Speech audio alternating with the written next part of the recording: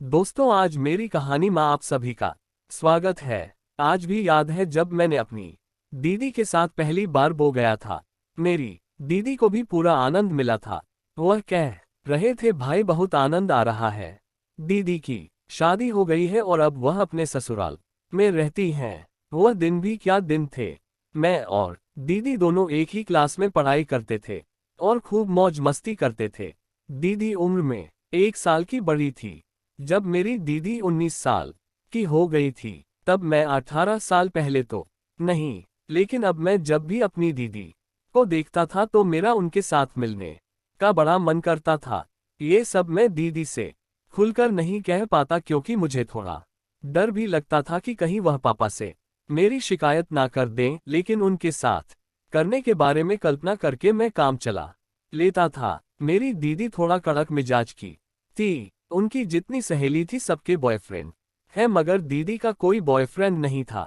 एक दिन उनकी सहेली ऐसे पूछ रही थी तो मैं वहीं पर उनकी बातें सुन रहा था। जब दीदी की सहेली बोली, अब तो तू जवान हो गई है तो एक बॉयफ्रेंड बना लेती, तो दीदी बोली, ये सब बकवास की बातें हैं, क्या रखा है इन सब में। तो उनकी सहेली बोली, क्या तेरा मन मैच खेलने का नहीं करता क्या? हफ्ते में 2-3 बार मैच ना खेलो तो मुझे चैन नहीं मिलता है। तेरी मर्जी, मैं चलती हूँ। इतना कहकर वह चली गई। उसके बाद मैं और दीदी घर आ गए। क्यों ना एक बार दीदी के मन में क्या चलता है पता लगाया जाए। मैंने कहा, दीदी तुम्हारी दोस्त ठीक तो कह रही थी, अब तुम्हें भी एक बॉयफ्रेंड बना लेना चाहिए। कौन कहता है कि मेरा बॉयफ्रेंड नहीं है? हाँ, तू है ना मेरा बॉयफ्रेंड। अंदर से बड़ा अच्छा लगा, लेकिन फिर भी मैंने कहा, क्यों मजाक कर रही हो दीदी? मैं तुम्हारा बॉयफ्रेंड कैसे बन सकता हूं? तो इसमें गलत कर या है जो बॉयफ्रेंड करता है वह तुम भी तो कर लो, और तुम तो मुझे अच्छी तरह जानते भी हो, तो तुमसे अच्छा बॉयफ्रेंड मेरा और कोई हो ही नहीं। बाद हमने खाना खाया और सोने चले गए। अगले दिन सुबह जब मैं उठा तो देखा मम्मी पापा कहीं जाने की तैयारी कर रहे थे। मैंने मम्मी से पूछा, मम्मी कहाँ जा रही हो? मैं और तुम्हारे पापा उज्जैन महाकालेश्वर मंदिर जा रहे हैं। अपने पड़ोस के लोग भी जा रहे हैं तो हमने सोचा बढ़ाने का मौका मिला है तो जाकर दर्शन कराएं। मम्मी बोली, तुम अपनी दीदी के साथ अच्छे से रहना, क्योंकि हमें वापस आने में 2-3 दिन लगेंगे। कर मुझे अंदर से बड़ी खुशी हुई, क्योंकि अब मैं और दीदी घर में अकेले रहेंगे। खूब मजा आएगा। थोड़ी देर में मम्मी पापा चले गए। उसके बाद हमने सोचा क्यों ना 2 दिन स्कूल की छुट्टी कर दी जाए। मैंने जब दीदी से कहा तो वह भी बोली, हाँ ठीक है। शाम हो गई। दीदी बोली, खाने में क्या बनाऊं? तो मैंने कहा, कुछ भी बना लो। खाना बनाने कितने चली है? थोड़ी देर में हमने खाना खा लिया। मैंने सोचा ऐसा क्या करूं कि मुझे दीदी के कमरे में सोने का मौका मिल जाए। फिर मेरे दिमाग में एक विचार आया। क्या कहा, घर में मम्मी पापा नहीं है तो मुझे अकेले सोने में डर लगेगा। दीदी बोली, अरे किस बात की डर, मैं तो तुम्हारे बगल वाले कमरे में ही सोती हूं ना। मैंने कहा, यार मैं तुम्हारे कमरे में सो सकता हूं। तो वह बोली, मुझे सब पता है तुम क्या करते हो। दीदी ने साफ मना कर दिया। फिर मैं अपने कमरे में सोने चला गया। नहीं आ रही थी मेरे दिमाग में बस एक ही बात चल रही थी। एक तो आज इतना बढ़िया मौका मिला, लेकिन दीदी को कुछ समझ में ही नहीं आ रहा है। ये सब सोच करवटें बदल रहा था।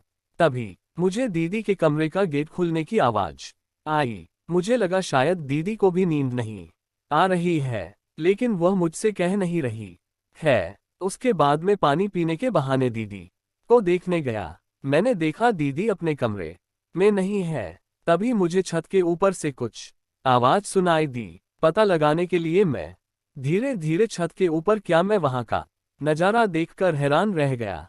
दीदी के साथ पता नहीं कौन लड़का बैठकर बातें कर रहा था। मैं उन दोनों बातें सुन रहा था। वह लड़का दीदी से कह रहा था कि मैं अपने घर वालों को मना लूंगा, तुम अपने घर वालों को मना लो। तो दीदी बोली, मुझे अपने पापा से बहुत डर लगता, उसे कैसे बोलूं। अब मैं समझ गया था कि यह प्यार का मामला है, लेकिन मुझे दीदी के ऊपर थोड़ा गुस्सा भी आ रहा था क्योंकि उन्होंने मुझे इस बारे में पहले कभी।